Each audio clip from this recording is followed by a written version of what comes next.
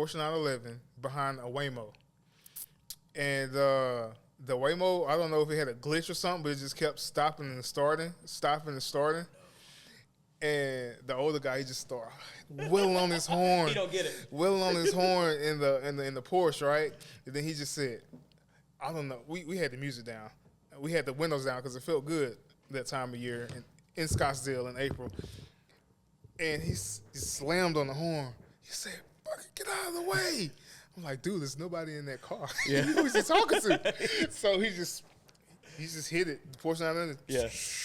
Shoots around him. Shot right behind. I was like, yeah.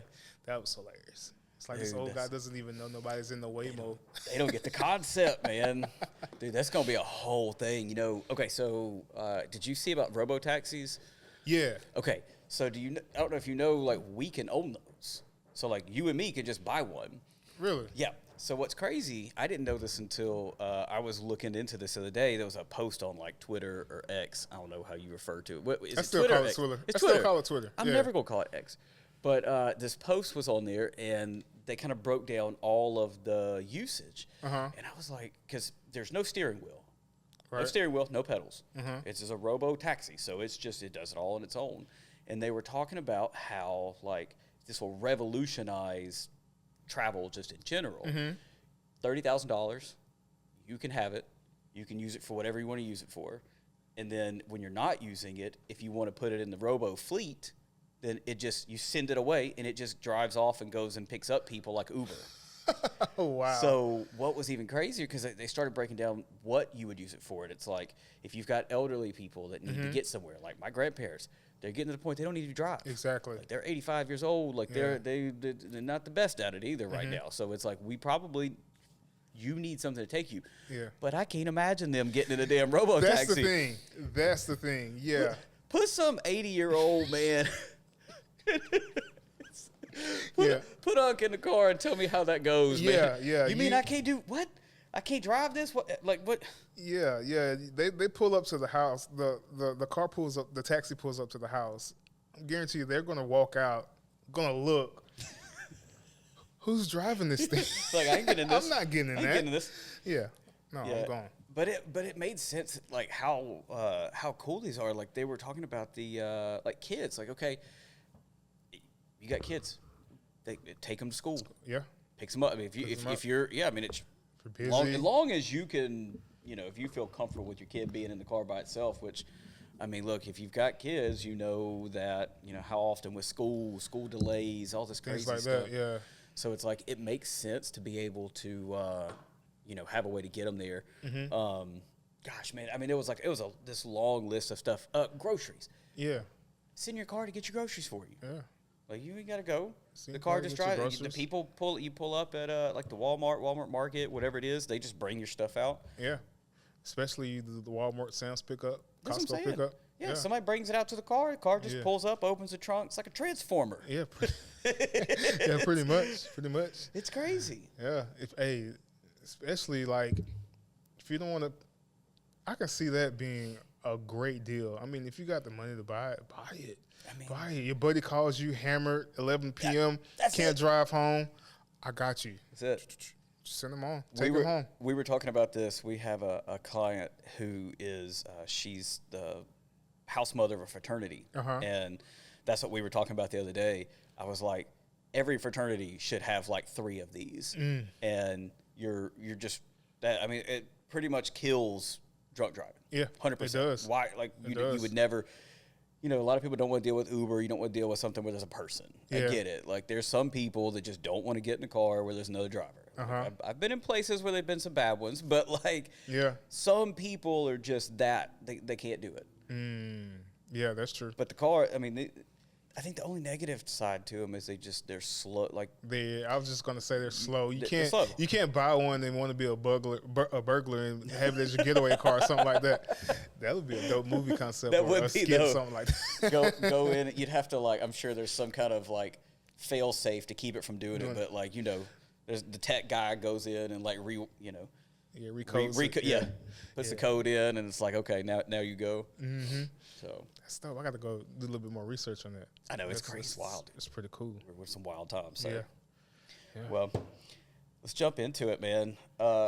right. So I don't think I've ever asked. Like, so do you go by Tommie? Do you go by T? I go by Tommie. Okay. Tommie, T. Okay. Whoever, whatever. I just didn't know because I never really asked, and it's like I know some people are like, "Nah, I'd rather everybody just call me this." So. It's funny you asked me that because when I started my photography business, I couldn't really think of a name, so I was like, I'll just use my initials. My name is Tommie Armistead. I was like, I'm not going to waste time trying to figure out a business name. Just call it T Photography. This is my initials, and then as time went on, people just started calling me T.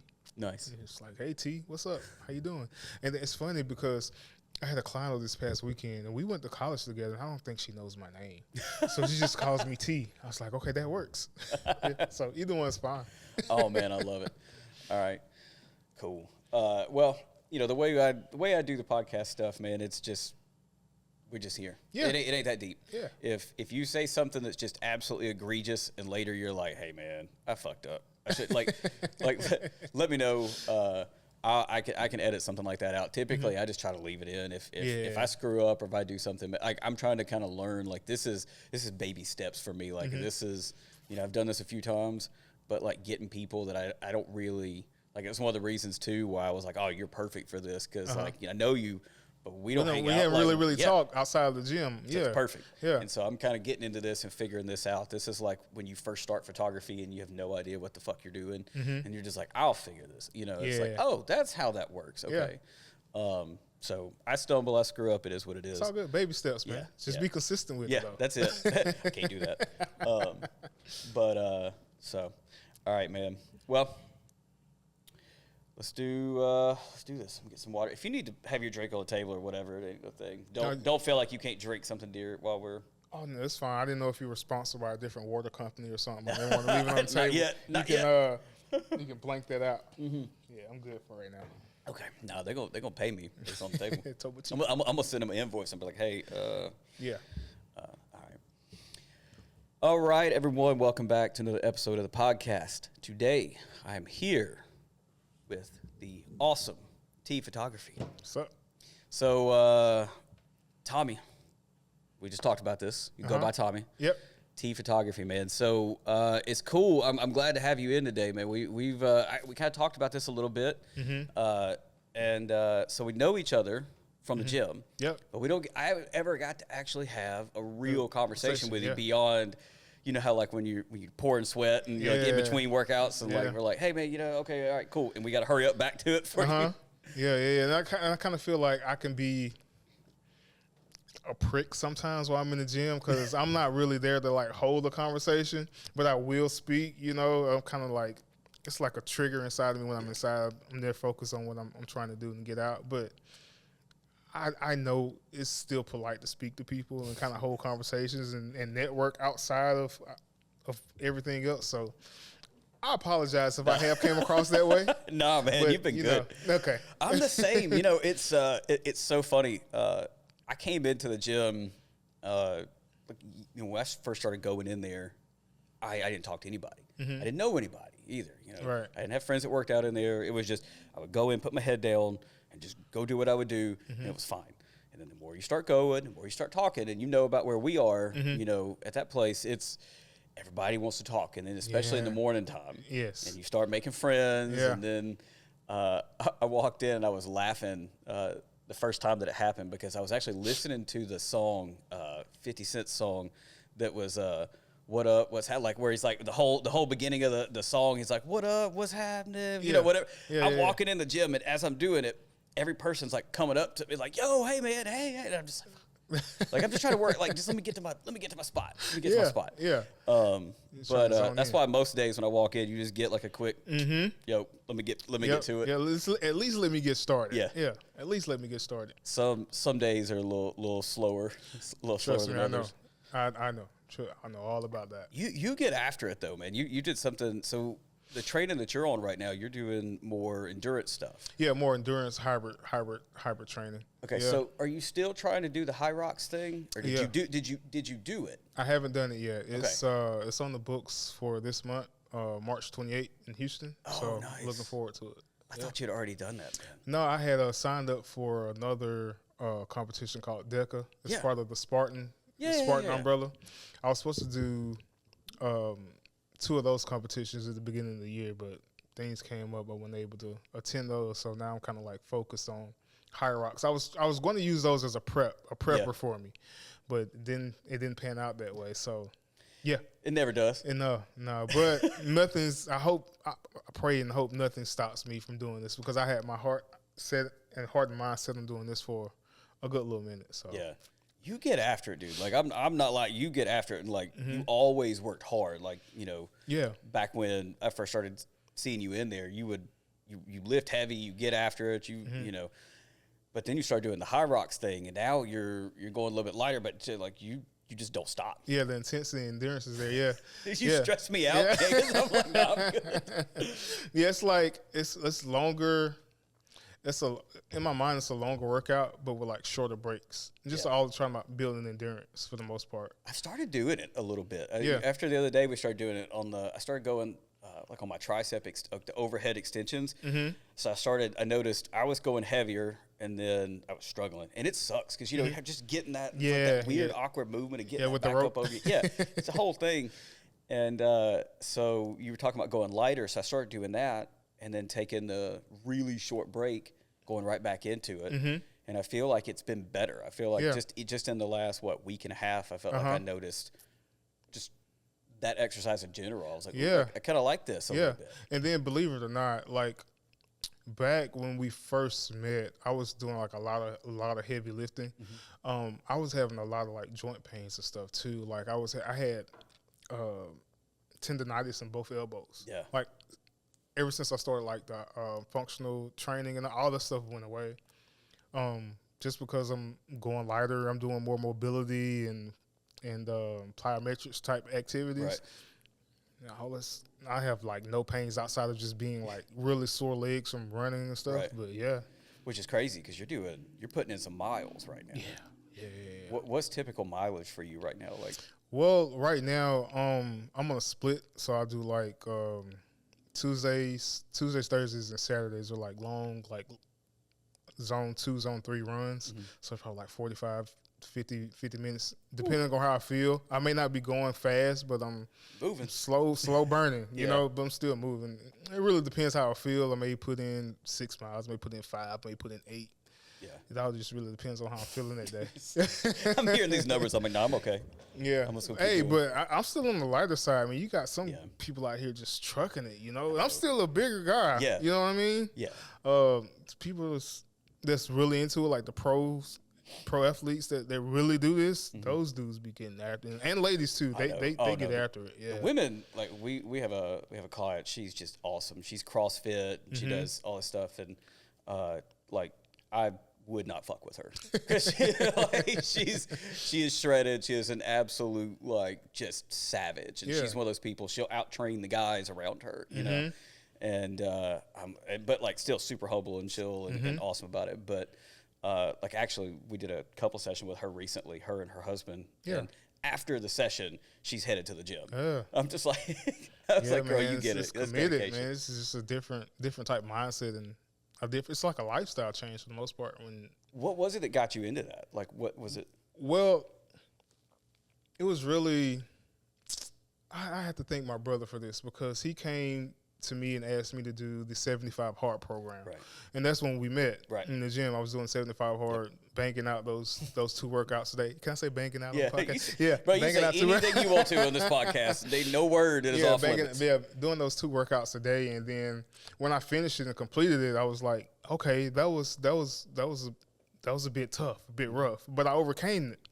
So I was sitting back, and after like 2 or 3 months, I kind of start getting a little bit more complacent, just chilling. I'm like, what can I do now to kind of like push myself, get myself out of the comfort zone? So I saw High Rocks. I was like, let me train for that. It's something I've never done before.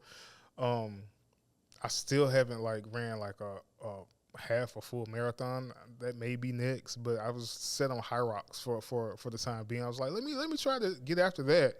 And whenever I say I'm gonna do something, I kind of put my mind to it and just try to commit to it. So that's where I'm at. So that's awesome, dude. Yeah. Have like, are you? What's the thing I'm looking for? Oh, have you heard of like Nick Baer? Yeah, BPN. Okay. Yeah. So that's I use the supplements every day. I do too. Yeah. Yeah, I love their stuff, man. It's so good. It's good. His YouTube channel was really like the inspiration behind a lot of different things that I've done. And I love the idea of doing a YouTube channel like what he does. Like I don't think anyone has done it as well as he has. Yeah, he has like a whole production team. His stuff looks like movies, dude. It's insane. He's taking vlogging to a whole different level. What was wild? Like I remember when I first started, he was uploading such good content when it was just him. You know, this guy's coming out of Korea, coming out the military, and just by himself vlogging, and he had such good content, and there were several times where I was like, man, that's really impressive, like the way he does this. Yeah. And the consistency, that's what, we were talking he's real about consistent. that. Yeah. Like this dude's uploading like 4 days a week. And he was talking about this, he talks about that a lot with being in the military, still active. You know, he's like, I'm working all day. Yeah. And then I'm vlogging all evening. I'm editing it, and then I'm putting it out at like 1 o'clock in the morning. Yeah. And then I'm getting up at 5 and back running, to work. Back at it, yeah, man. And so I just love that story. Yeah. Like what this dude did. Yeah. Just bootstrap this business into one of the more top supplement companies. Yeah. So when you talk to somebody that does high rocks and does these, different training, I think a lot of people, can find, inspiration or find information just from watching his videos. Yes. I definitely have. I have him as my YouTube. Like he's at the top of my YouTube list. Same. Like his stuff pops up first. Yeah. It's him. Hunter McIntyre. His stuff pops up next. It's just a bunch of those guys out there. They're really good. I love watching that stuff. Yeah, like my wife was like, "Why are you watching this?" I'm like, "I don't know. It's so good. I don't know. It's like an unexplainable dopamine fix I get for watching it." You know? You know what? Okay, so this was a weird thought I had this the other day. So we were watching all of the Creed movies, right? So like, I love Rocky. Rocky. But like the Creed movies, just something about them. They're so good. Yeah. And anytime there's a training montage, right? That's what we all get the most excited about. Yeah. Well, these YouTubers tapped into that because it's the same concept. Think about it. It's like you're in there watching it and you just like, wow, this is so cool, man. I just want to get like in the gym. Like, I'm sitting there eating fucking ice cream and like we just I'm just sitting there laying down, scratching my chest, hands in my pants. Yeah, I got a drink beside me. I'm sitting here stretched out, and I'm just like, get after it, dude. Right? Yeah. Yeah, cheering from the couch. Hey man, like somebody's got to support him. Oh, for sure. And I also like Nick Bear's his slogan that "Go One More." I love it. Yeah, it's so dope. I love that. It's good, man. It's like, and I apply that so often. I'm thinking about, like, I will think about that, and I go through those phases where, you like you said before, you get after it for a minute, then you just kind of get complacent, and it's like, well, why am I here if that's what we're gonna do? Exactly. It's all about and then again, like when I was doing 75 Hard, you're supposed to read 10 pages of a self-help book every day. And one of the books I read, I can't believe I didn't read it before, was Atomic Habits. I can't remember the name of the author right now. Yeah, I've got that in my Audible right now. Yes. Finish that. Okay. It's such a good book. I think I got through the first chapter. Actually, I think I was still running at the time. I was running, and I was listening to that, and then I think I stopped both at the same time. Oh, God. So I'm going to have to get back into it, man. Yeah, it's a pretty good read, man. And it kind of it helped me out after the fact when I needed to get back on that horse and start back on the right path of not being complacent and getting after it and trying to do things you haven't done before. So that book helped me, and then that freak of a guy was in my ear, David Goggins, him and his stuff. I read his stuff too. And I'm actually re-listening to his second book, Never Finished now, through Audible, because on the audio book, after every chapter, he has a podcast, and it's so good. It's so good. I think that's one of my favorite parts of it. The first book, I remember I was still working at the university, and I was working overtime. I was working at the soup store, and in that overtime assignment, you're stuck in the soup store for like 8 hours straight. Can't leave. Don't even walk out the room. Just stay right there, and you're just standing. And I remember just being bored out of my mind, and I was scrolling, and I was like, "Oh, this looks interesting." You know, like every guy does. You see a Navy SEAL, you see some badass dude. You're like, I'm gonna check it out. The heavy contrast in the cover of the photo. Yeah. So I was like, let's check it out. And I mean, within 30 minutes, that dude had me ready to run through a fucking wall. Yeah, dude. I was like, oh my, get me out of here. Get me out of here. Like, yeah, he brings a level of intensity that I'm pretty sure a vast majority of humans will never tap into. Yeah. It's insane. Have you gotten caught up in any of the Diamond Gym videos on YouTube? It's funny you say that. I subscribe to their channel too. Yeah, I did too. They're insane. Yeah.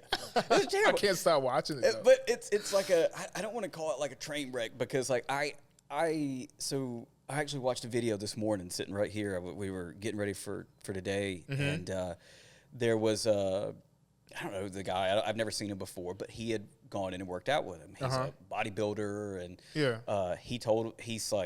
he goes, I quit. He goes, I got to the point where I was done, and he said the thing is, he goes, you need to realize. He goes, Unc, you know, the main guy. Yeah. He goes, he seems like this dude that's just an asshole. And he's terrible and whatever. And he goes, man, he said, everything about this dude, he goes, it's for the betterment of people. It's for the kids. And he goes, they bring these kids in, and it's like, I think a specific night of the week. And he goes, and they just beat them down. And it's just all about everything that you hear and you see. It's about building yourself up. And it's like tear yourself down, build yourself back up.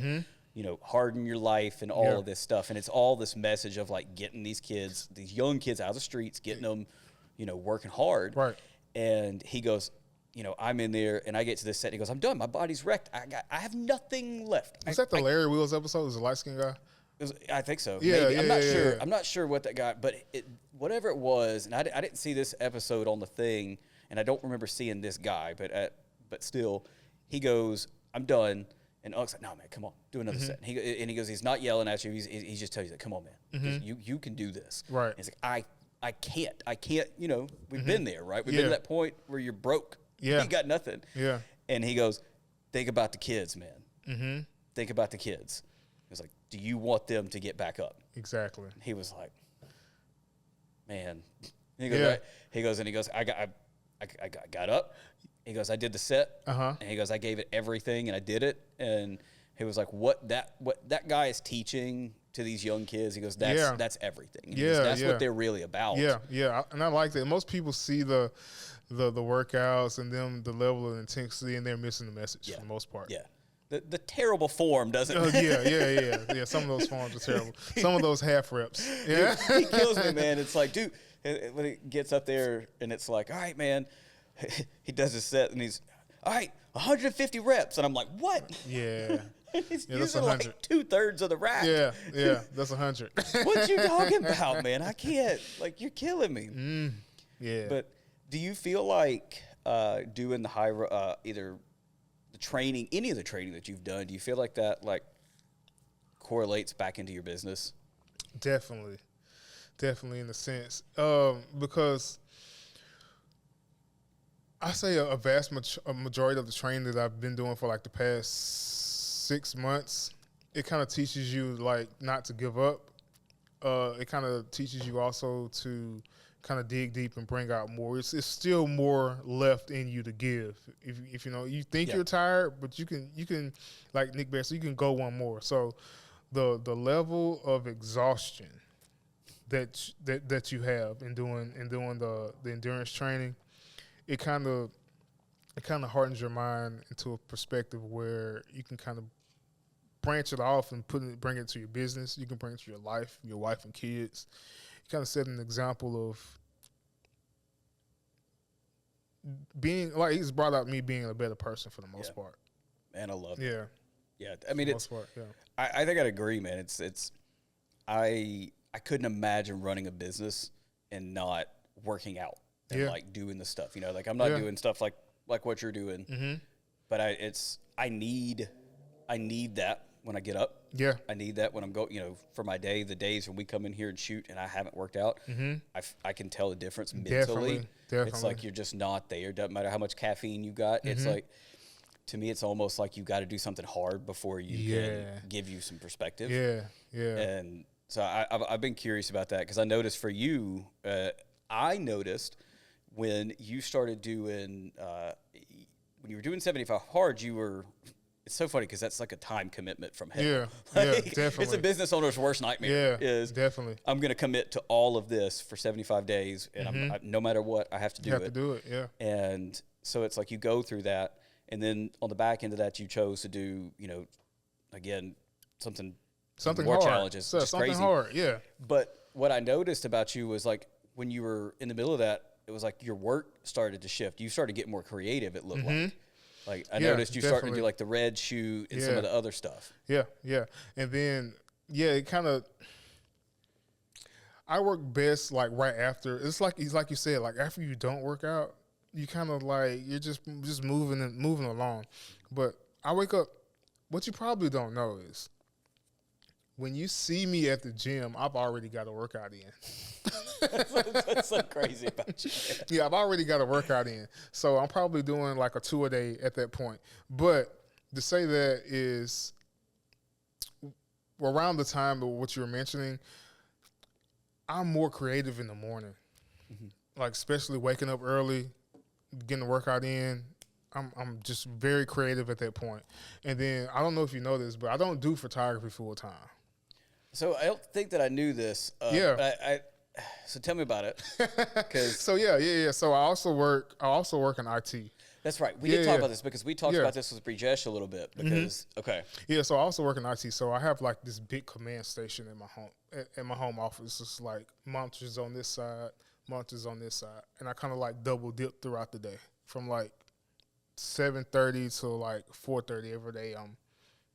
I don't know how I do it, but I do it, And I'm creative. I can juggle both things. I can multitask like that. I don't know why. It's just a gift that I have, but I'm able to do multiple things at one time, and it helps me kind of stay focused, and as well as being a dad and a husband. So I'm more creative in the morning from like 9 to 12.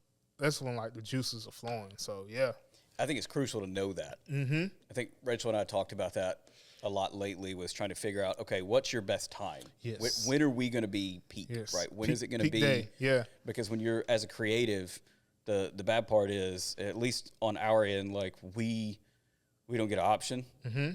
My sessions are scheduled.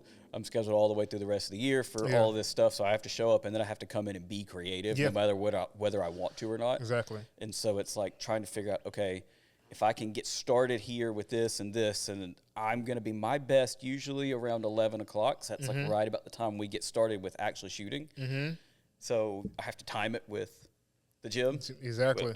With my whole morning, my client, and then getting going. Yeah. And I'm not going to mention the fact that when you're in that creative part of your day and then you get an interruption, how irritating and mad you get. Like, I'm in the zone.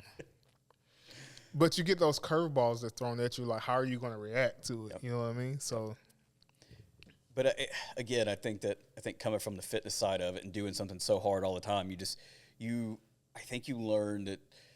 Well, learn to adjust. Yeah, you have to. Nobody's going to do the work for you. No. So it's got to get done. Yep.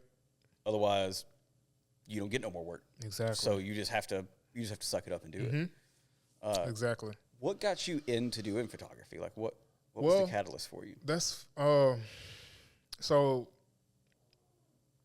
what got me into photography, I say it'll be about 10 years ago next week. I bought a camera just to take pictures of my son. Nice. Just to have to be that dad with the camera, Just take pictures of my kid throughout the years. And then I got the camera and I didn't know what I was doing. I saw this saying on Instagram at the time, like, don't shoot pictures in manual mode. So I started learning the camera because the photos suck. I'm not even gonna lie to you. I still have those photos. I have every photo I ever taken. Yeah, I have every photo that I've ever taken. I love that. And I just went down like a rabbit hole of learning through YouTube. And I don't know why, but at the time, I was like, why am I staying up to 2 or 3 o'clock in the morning learning about photography? And I just started buying gear. Next thing you know, I just started taking pictures of my son with all camera flashes, soft boxes, got a whole backdrop studio set up in the house. So it was just like one of those things that like I just learned to love. Yeah. That's how I got into it. That's crazy. Yeah, just taking pictures of my baby boy, which will be 10 on Saturday. Man, that's how you know that. I love that. I love that. Yeah. Oh, that's so cool, man. I'm telling you, the interesting thing is it's like everybody kind of has their own thing. And, we do what we do with, I'm all natural light for the most part. I'm kind of learning some other stuff. I have no idea how you do what you do. Right?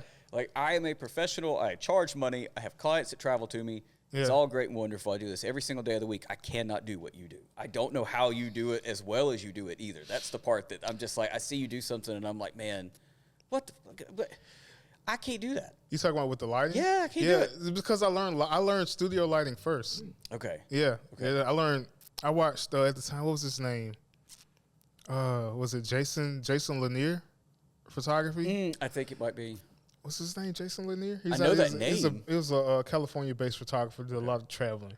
And I watched, he was the first YouTube photographer that I subscribed to, so I learned off-camera flash from him. I think that is the person. Yeah, so all the lighting and all that type of stuff, the basis of photography lighting I learned from him, and I just kind of kept growing, trying to figure things out, shooting on mannequins and things like that, trying to figure things out on the fly. And I'm still learning as I go, You never stop. Yeah. I mean, you can't stop learning. You should be learning something or trying to learn something new every day. Your brain will deteriorate if you don't. And it's like this is what I love the idea of AI. I love what it can do. Yes. And I know we'll definitely talk about that in a minute.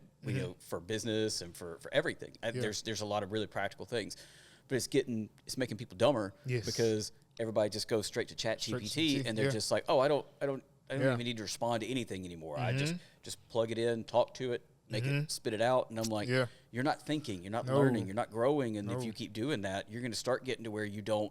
It was like what iPhones did to us all being able to spell. Yes. Can't none of us spell no more. I can't spell shit. Yes. If my phone don't autocorrect it, I don't know. I don't try. If my phone does not autocorrect, I don't know what it is. Yeah. Don't try. Don't try. So, I mean, especially with the spelling. Yeah. It's so bad. But for you, what is it about using the lighting like you do? That's what I'm really curious. Well, I try to create something that I've never done before with lighting. I mean, I have a basis for the regular. If somebody just wants the regular, I just have a go-to for that. Boom, boom. Camera settings already there. I already know what to do. But for something real technical that I've never done before, I just try to. I kind of visualize it in my head how I want it to be, and then I'm not even gonna lie to you. Some of the stuff that I do is on a whim. Yeah, always. And then it just happened to happen. You're just like, oh shit, that works. Got it. That works. You mean if I put a gel right here, and a fill light here, and it'll come out this way? Yeah. We're gonna stay here for a little bit. I know this is what you didn't want, and it wasn't on the mood board you sent me. But let's rock with this for a little bit. Let's just see how it goes. Yeah. You never know. You might like it. You might like it. Yeah, you might like it. Do you have those times where you do something and then you don't remember how you did it? Yes. Because I did. Yes. I'm here, man. Look, and anybody that listens to this, I'm just going to drop something on you, and you may not be ready to hear this, and maybe you are, maybe you're not. I don't know. Yeah. But a lot of times we just get really fucking lucky. Yeah, we get lucky sometimes. We just get lucky, and it hits, and it's just and then you just I'll just play it off and be like, yeah, that was. Yeah. I meant for that. Yeah. Remember me telling you how I keep all the pictures I ever took, and if something hits like that, I'll definitely pull that photo back up and look at the camera settings, and then I try to figure out the lighting setup that I had. It never works. That's the part that gets me, man. I do that because I've got these tube lights that's lighting us right here, and this is the extent of my light knowledge, right? Okay. These little Godox tube lights, little SL60 or 60. I mean, they work. Yeah, they're great. They work, yeah. And we did this neon set, and we did it downstairs 2-3 years ago. And so we bought these lights, and I had this idea. I had this tree from Home Depot that was a Halloween decoration. It was like a purple, black tree, with purple lights all over it, right? It's really cool looking. And so we put these neon signs and all this stuff up down there, and I just threw them up in random. I had no thought whatsoever. And then I was like, I'll figure it out with these. And the very first time we did it, it could not have looked better. Oh wow. It was Yeah. it was straight accidental. Throughout the time though, so like what we did, because my wife and I work together. I don't have somebody else up there to hold lights, and I didn't have stands for anything. And since we were downstairs, basically you could just take a hook, screw it into the ceiling, into the wood, because it's like real short. You were down there. It's like a real small, real kind of crappy area, but you can just screw some hooks into stuff. So I'm up there just screwing hooks in, like I'm in the movie. You ever see the movie 22 Jump Street? Yes. Okay, Yes. so when they're in the attic of the frat house and he's drilling holes and he's on the shit, that was me. I'm just in there I'm just drilling holes and just putting hooks everywhere. And I'm putting the light, and then I'm adjusting. These lights have 30,000 combinations. Oh, dude. And so I'm adjusting just on the fly, and I'm like, oh, that looks good. I'm not writing any of this down. So I post these photos, and they looked so good. Like, I was so proud. Yeah. Rachel loved them. We were excited. And then when I started bringing people in, I was like, oh, yeah. Shit. How am I going to do this? Yeah. I'm setting it up, and I'm shooting a couple shots, and I'm looking at the camera, and I'm it's not there. Yeah. And I could never figure it out. Yeah, so. I've had that occurrence happen to me once. I had a client that booked me, and then on like my booking contact lead form, I'll have them, or they can have the option to upload like inspiration pictures or a mood board, anything like that. And on this particular client, they uploaded photos that that I had taken, and I was like, dang, how did I like that? So I emailed them. I was like, you want this same exact replica? She was like, oh yeah, I want it just like that. I was like, dang. It's like, okay, I'll figure it out. She was like, you took the picture. I was like, I know. Did you break out the mannequin, or was that one of the times where you get the wife or the kid to stand in? Yeah, definitely the kid. Yeah, definitely the kid to stand in. Come in real quick. Got some candy for you. We're gonna take some pictures. Just trust me. Just see it. You'll be fine. You'll be fine. I'll just give me you can even hold your iPad if you want to. I don't care. I just need you to sit still. just stay here so I can see this light do what it needs to do. Yep. Oh my gosh, man, that's so fun. I'm glad it's not. No, you're not just me, because I do stuff all the time, and I'm just like, man, I got lucky, and then I'm like, I'll forget, and then I think that half of it, that's what it is. I mean, that's, as a creative, you know how to set yourself up for success. Yeah. But like, it would help if I were a little more intentional sometimes. Yeah. We can all we can all be a little bit more intentional. This is just about learning and growing. Yeah. But it's funny you mentioned about writing stuff down, because I've definitely started doing that. Yeah. A little bit more as I've gotten older. Yep. Those gray hairs start peeking. I was like, yeah, I may need to write that down. I may not remember that 3 hours from now. Oh no, I love, like, one of my favorite things in the world is stand-up comedy. I live for stand-up comedy, and if you ever listen to a lot of them talk, some of them don't write anything down. There's like a couple of people that just write nothing down. They remember it, and it's there. But the thing about like stand-up is, you're doing your routine, the same exact routine every night, night after night after night, until you do a special or something and you go back to something new. Yeah.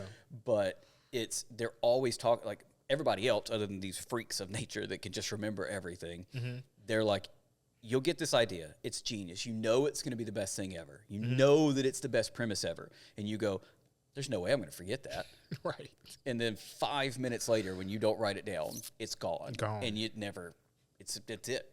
It's like it just shows up, and it's like, hey, I'm right here if you want me. And you're like, no, it's okay. And they're like, fine, bye. Yeah. And then and so I've started doing that. And my notes section in my phone is tragic. I mean, it's but do you go back and read your notes when you do it? You do? Yes, I do. Okay. I do. I do mine late at night, and I Long forget. list. Yeah, long list. Yeah, so I have notes on my phone, notes on a couple notepads at home, and I started using AI. I know you mentioned you want to get to that. It's good. But I started using Notebook LM. All right. Like, I got these notes here, and I start typing them and putting them into a document. And Notebook, I know you've heard of Google Notebook LM. Have you ever heard of it? I don't think so. So what it can do is you can search for sources for something that you want notes on. It'll search the web for sources, or if you have sources of your own, you can upload those sources. And then it'll break it all down and output it into a summary or a brief summary. And then after that brief summary, they have like these modules on the side. You can take that summary and put it into like a video. You can put it into like a audio version of it so you can remember it.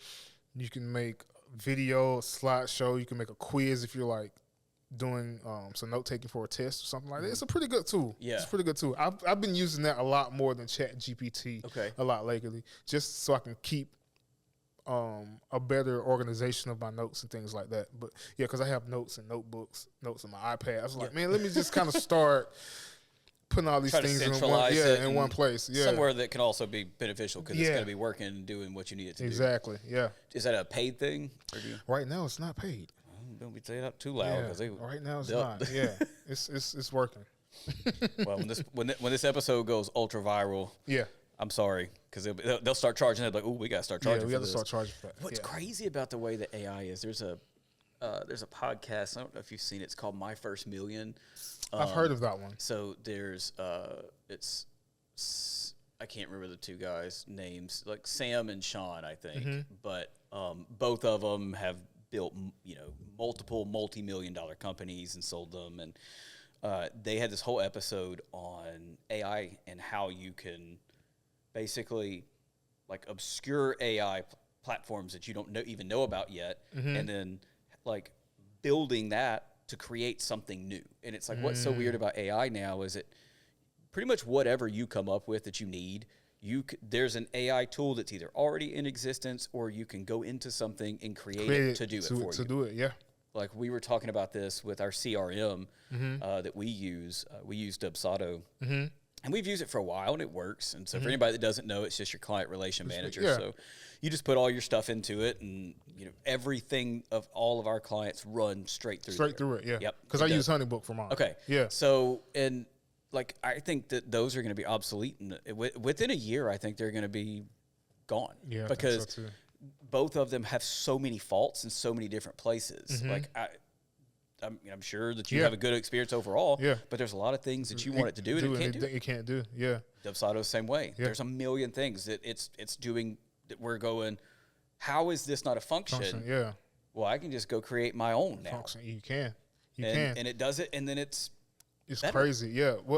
It's funny you say that. I said that a couple times because you can say, okay, Dubsado is the CRM that I use. I would like it to do this. This is the source code for it. If it's if it's available, can you write this program for me to do the same thing that Dubsado does, but include these additional features, but don't call it Dubsado? Boom. Code. Yep. You got it. Yeah. Like some of these that I can't remember any of the specific details. I remember being blown away by this episode, like watching some of the stuff that they created. And the funny thing was they were talking about this, and he was like, yeah, you just showed me this one that you created 20 minutes before we recorded. And it, like, what it did and what it was able to, like, the functionality was just there. They created this whole app and did all this stuff in 20 minutes, and it's like, it's done. Yeah. And, you got to have some intelligence. I mean, you got to know what you're doing. It's all about prompting. Yeah. But it's wild. It's definitely wild. My brother told me a crazy story the other day. My brother's a realtor, and he's been on the AI wave lately, trying to learn a little bit more. If it's not like AI working for him or doing his work for him, or as you can say, trying to like scapegoat. He's trying to like find better, as you can say, a better way of running his business or whatever. He said he came across a guy that was fluent in AI. So he said this guy's a pilot. He jumped on the AI wave early, and he said he's a pilot. So when he travels to and fro the airport, because I think he's maybe like 3 hours away from the airport, he just listened to AI podcasts, AI YouTube videos. So he learned it. Tell me why this pilot is still a full-time pilot, but has a law firm that he's written code for. His law firm is not a physical person there. It's all AI assistants. And in between of him flying, he's just following up with clients. He's got his law degree from doing AI and learning from it. this is insane. Like, this is insane. Yeah. This is where we are now. Yeah. Makes he has a second job as a lawyer. Litigation. I'm litigation. That's what I'm wondering. How far are we away from somebody setting up a damn iPhone in a courtroom on a and just? Have you seen the new movie release or trailer called Mercy with Chris Pratt in it? Yeah, yeah. I started it, but I didn't. It's insane. It's like an AI judge. I want to see this. So is this out? Yeah, it's out. Okay, it's out. Okay, I want to see this because I was watching the preview, all the stuff, and we're not too far from it, man. It's crazy. We're not too far from it. So how do you feel like it works for what we do? Photography. Well, I can't speak for everybody, but it's a part of my everyday workflow. I think it works well.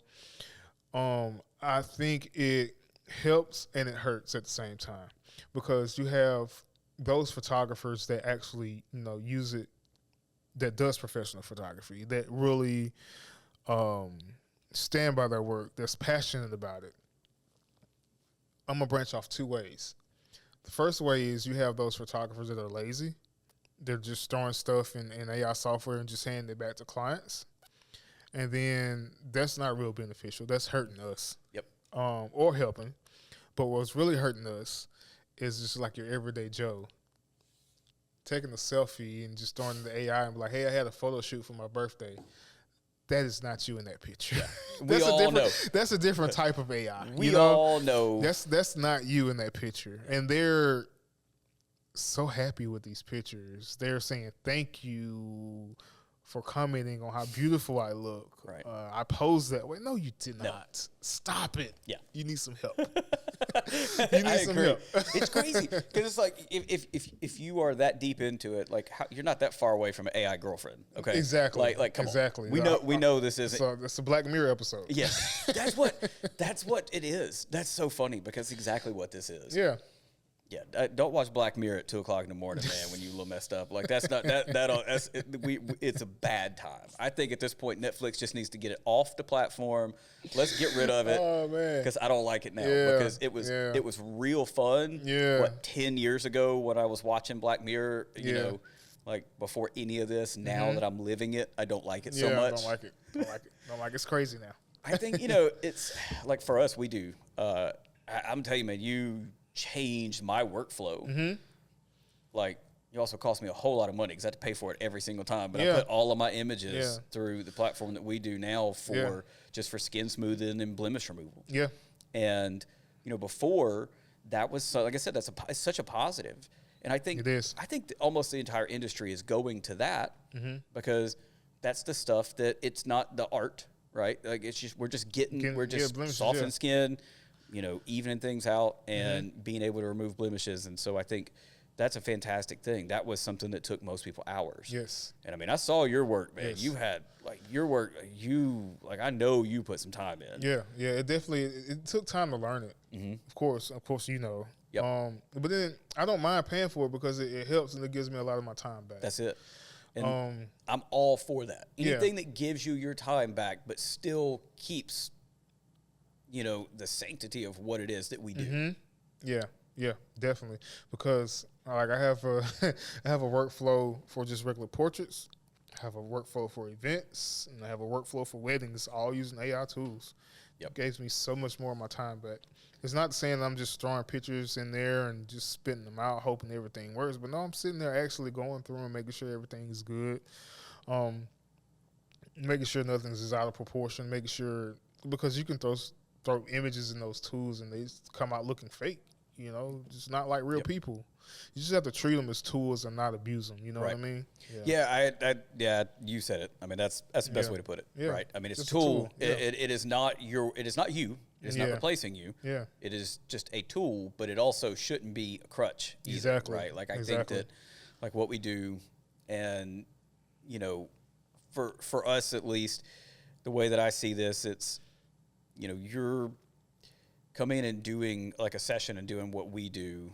It is 100% about that experience and you being in that moment, right? Exactly. My clients don't leave feeling the way they feel with an AI photo. No. They have to do the thing. You have to do the thing. Right. They have that interaction with your photographer. You got to your photographers out there. You have to give your clients experience. It's not just a photographer taking pictures. You got to make them feel welcome, make them feel warm, make them feel comfortable. That's comfortable, you know? Man. Yeah, you have to. Because we all know some asshole photographers. We know some people that got no business in this industry. Exactly. Or people that just, they're not personable. No. Even if the work is good, to me, I could not, like, the experience, if the experience overshadows the ending of it, like as in, like, in a bad way, I couldn't enjoy photos. Exactly. I have people that come to us, and this is something that I've had actually a lot from a certain photographer, and I'm not going to say who it is, where they are, but they have come to us, and, I mean, I've probably had this maybe 40, 50 people in the last few years. Right. And I would say few years, probably the last 5 years, who have been somewhere, and they said, you know what, the images are, you know, they're fine. They're like, I can't complain about that. But the person, exactly, I don't want to be around. And it's like they made me uneasy, and it made me just their vibe. Yeah, the vibe was all off. Yeah. And I tell people all the time, I'm like, well, first off, you know, and I think finding a photographer, I used to say this when I was new. I said, I think you need to find someone whose style you like the most. But now I think it's find who you vibe with. Yeah. I think everything else falls into place. If you just if it's somebody that you can vibe with at a session, it doesn't matter what the style is. Yeah. At the end of the day, it's all about customer service. Yeah. That's all. It's all about customer service. You just so happen to be a great photographer. You have to have great customer service. Yeah. Have to. And you get both together. Yeah. Yeah. That and consistency, that's how you get there. Yeah, you're working with something. That's it, man. Working with something. Yeah, I mean, it just, I don't know. Like I said, there's too many people out there that just shouldn't be. I think this industry gets it. It's got a bad reputation because of every person with a camera is a photographer. A photographer, yeah. And it's funny because we've put several out of business in our industry who've popped up and tried to just be tried to be an exact replica of us. Oh, yeah. And I'm like, well, let me just go ahead and tell you, it ain't gonna happen. No. I hate it for you. You're not gonna last because you're not ready because this work never stops. Exactly. Yeah, like I said, I don't know how you do it because I mean you do a pretty good amount of work. Yeah. And then you've also got this other stuff you do. Plus you're yeah, working out twice a day. Training, yeah. Plus you're still doing husband and dad. Yeah. I mean, so most people ain't willing to do that. No. And this is a show up every day kind of a thing. Yeah, you got to be built different, definitely. And it's like I tell Rachel a lot. I'm like, you know, I didn't get into this to be average. I got into this to be the best. I don't even look at people around us because that's insignificant to me. I'm trying to be the best ever. When you think of boudoir photography, I want our name to be the first one that comes up. I don't care where you are in the world. I don't care. That's it. Yeah. And I want that for my clients. I want that. I don't care about that for the reputation of me. Like, that doesn't really mean anything to me. I want that for the people that come to us to be, hey, we went to the, like, you can, you know, art's subjective. Yeah. Right? So we can all say, okay, this style, that style, whatever. Yeah. But I want somebody to say, when it comes to what I'm looking for, that's going to be the best. Anybody else, it may be a lateral move, but it's not going to be above. Exactly. I have to disagree with you, though. Reputation definitely helps. Yeah. And I say that for the current season that I'm in because I know I mentioned before about me being, you know, in a creative space. I can be in the creative space but still be in a rut. Yeah. Oh, yeah. Because I've been in a rut since about December of last year. You haven't really seen me post anything. But I say that to say reputation does help you out a great little bit of how you treat people. Because word of mouth is still the best form of marketing and advertisement. Yeah. Also, since I haven't posted or done anything probably like 3 or 4 months, this will be the busiest wedding season I ever had. So far, I think I've got about 20, 25 weddings booked this year.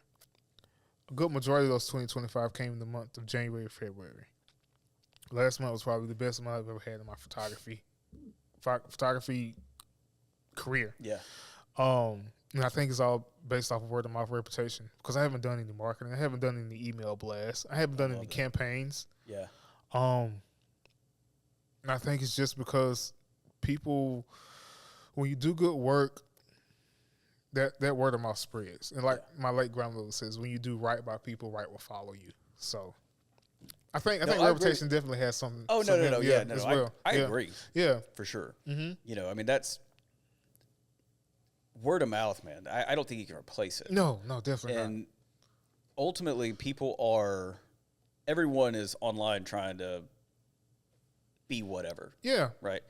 And I don't love the photography industry that I'm in, at least my side of it. When it comes to boudoir photographers, I get, it just turns into a whole thing, a lot of drama. And I'm just like, why y'all, we kind of left that industry altogether. We just do our own thing. Yeah. But for us, I don't worry about the rest of people. But one thing I did notice when we were still really a part of that and tuned in, we were in the Facebook groups and we would go to workshops and stuff, is if somebody does something good and it works, everybody behind them is trying to do the exact emulate it. Yep. They're just, oh, what'd you do? What'd you say? Yep. So everybody starts making the same post, the same thing. Yep. You create a new set. Everybody's got to have that set. You do this. Everybody's got to do that. Yep. And I hated that. And then you would start getting people coaching you on like how to market. And they're like, well, this is what you're supposed to do. And I'm like, well, that's not us. Yeah. I don't do that. Yeah. That's not how we do things, and that's not how we've ever done things. Why? Exactly. I don't want to sound like that. I don't want to say that. I don't want to just be another clone. Exactly. And so, thankfully for us, we got away from that. Yeah. I say what I want, do what I want. I think the people that vibe with us will vibe with us. But ultimately, when you're online and people don't know you and you're doing what you think works, it's not. It's not working. Yeah. They're seeing everybody else doing the same thing. And they don't know who's, okay, well, this person's got 12 years of experience. Well, this person's got 3 years. Yeah. Well, that doesn't mean anything. Yeah. Being disingenuous. Yeah. Because you have to take those things and kind of, it's hard running a business. Oh, my gosh. At the end of the day, it's hard because every day you have to learn from past mistakes. You can't just take what somebody else says. This is the blueprint. This will work for you. It worked for me. It won't. It won't. You're not the same person. It's just like raising kids. Yeah. We were talking to our person today. Oh, my God. Yeah. That is so true. It's what, like, do you have more than one? Yes. Okay. Yeah, I do. Are they identical, the same? No. That's my point. No. And our two girls, I have just two girls. They're 17 months apart. They are exact opposite. Yeah. And when we are disciplining or we're teaching, I have to do it two different ways. Two different ways, yes. And it's like there's this lazy method of everything in the world right now. It's just one size fits all. No. Yeah. Right? No. And I'm like, it just doesn't work that way. It don't. Parenting doesn't work that way. No. Life doesn't work that way. Life definitely doesn't work that way. Business damn sure doesn't do that. Your clients don't do that. Like, you got to, Yeah.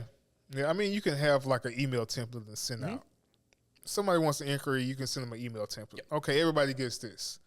When your first contact, when you get that person over the phone or you're texting that person, you have to be, you can't be AI. You can't be a bot. What worked for that person won't work for this person. It definitely won't work for the next. So you just have to learn from past mistakes and and then do your best to keep going forward. Look, that's the one. That's the one that nobody likes. The past mistake part, because you know what that means. That means you got to fuck up. You got to. And you learn. I know it's so cliche, and we all hear it like on all the podcasts and all the stuff, but like it's so true. Is you learn more from failure than you will ever learn from success. Exactly. I mean, because a part of me wants to go into this venturing off. Part of me wants to go into this high rocks race and not meet the goals that I want to meet. I kind of want to stumble and fail a little bit. I want something to kind of like hit me in the mouth in the middle of that race, like maybe something. I'm not going to say what it is, but I want something to kind of happen to kind of determine how much grit I got. Yeah. What can I learn about myself while I'm doing this race? And that should be the mindset of everybody when in life. What can I learn about myself in this situation if it didn't work? If it's too easy, everyone would do it. Exactly. And there's a reason that, like, what you're supposed to learn, right? Like you're not just going into it just to do it, to say you did it. Exactly. Exactly. I can't imagine putting that kind of work in for that. Yeah. Like you're trying to figure something. Like I feel like, and maybe I'm wrong, but I'm not.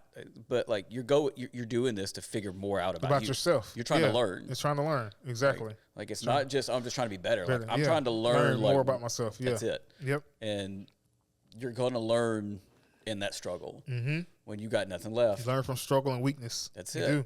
And I mean you have to. It's a grind. And again, going back into the business thing and compare it to the two, right? It's like it's the same thing. It's two and the same, yeah. Yeah. Because you can definitely have a game plan for Q2, everything you want to happen, but everything's not going to happen how you have it lined up. It's definitely not going to happen. It's almost never going to happen anywhere even close. Yeah, in life. Yep. Okay, I want to be married by 25, have kids, white picket fence. Okay, you can have those high expectations, and some may get them, some may not. But I guarantee you, everything that you had written down in that diary or your plan is not going to happen the way that you expected. Something's going to happen. I 1,000% concur to this. But how are you going to respond to whatever happens, and how are you going to learn from it? When you first started with the camera, and you said, okay, I picked up the camera just to get photos of my son and stuff. How long did you like go through the process of like thinking about it before you just started doing it, before you did it? I'm pretty, I just went ahead and did it. Yeah. I'm pretty, what's the word for it? Can't think of the word for it. Like when, I'm real compulsive. Okay. I'm real compulsive. Good. Like if I want something, I'm going to get it. If I want to do something, I'm going to do it. Yeah. And if it doesn't go in the way that I wanted to go, I will be upset. Right. Just here recently, my monitor went out. My editing monitor went out. I wanted this monitor.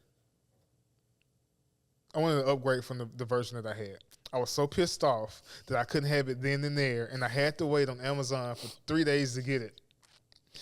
I'm compulsive like that. So, like, when I learned photography, I just went ahead and just went straight on. That's when I mentioned I was staying up 2 and 3 o'clock in the morning because I really wanted to dive and learn that information. Yeah.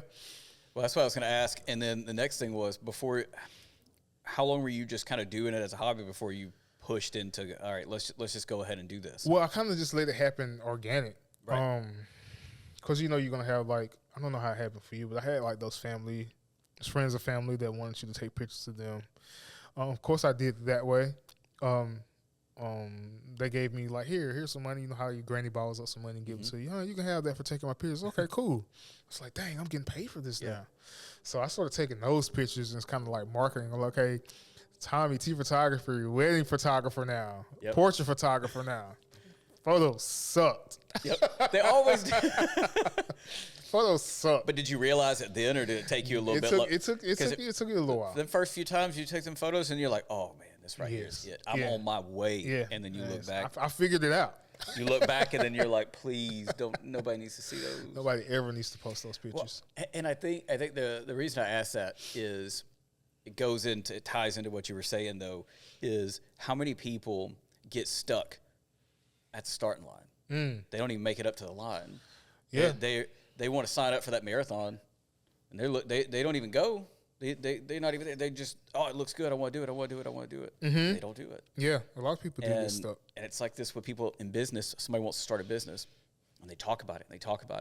And it's like there's only so much you can talk about. Yeah. You can't mitigate all the circumstances. No. And I think it's like that fear of failure, right? That's what get hit in the mouth. That's it. Yeah. And it's the Mike Tyson saying, right? Everybody said it. Everybody's got a plan. So you get hit in the mouth. Yeah. And then, when it comes to a business, it's like you're trying to plan and mitigate everything.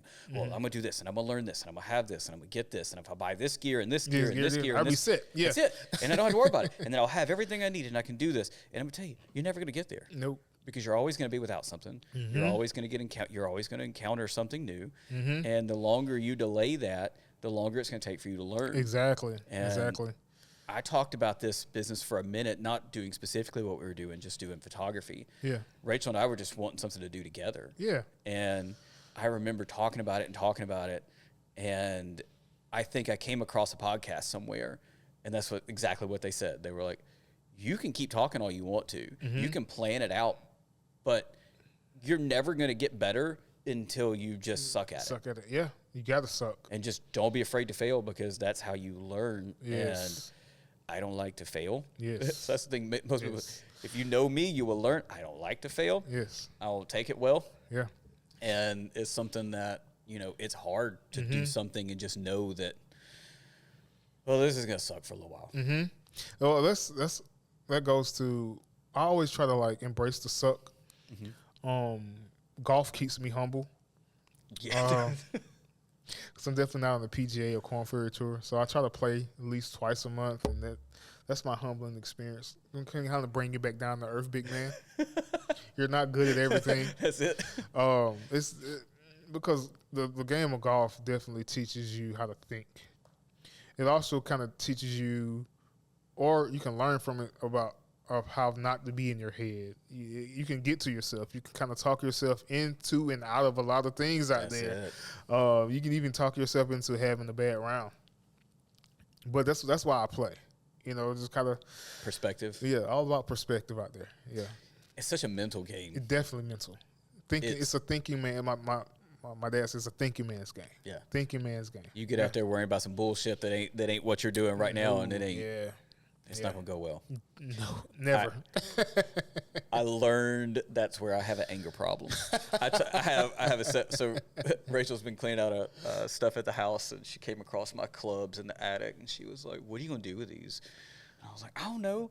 And I was like, "I'm going to play at some point." And she was like, "Okay." But it's like, we know what it is. Like, I'm better now than I was back then about controlling that. Yeah. Because, man, I mean, if you even have one little bit of competitive bone or hair on your body and you play golf, you're going to get pissed. Yeah. I mean, because golf is the most racist sport. It doesn't like anybody. It does not. It's so true. It doesn't like anybody. Oh, my gosh. It is, man. I think the key to life is just pushing, just trying new things. Yeah, getting out of your own way, and just putting yourself out there. Yep, that's true. I can't. I don't know where my life would be. Up until 30 years old, I thought I was doing what I wanted to do. I had a full career. I had retirement. I'd been in my career for 7 years. But I just didn't feel, I felt like something was missing. I was never really, truly happy with what I was doing, but I was like, I'm set. Why would I leave? I made good money. I was good. And then, once we started doing this, we did the family thing for a minute.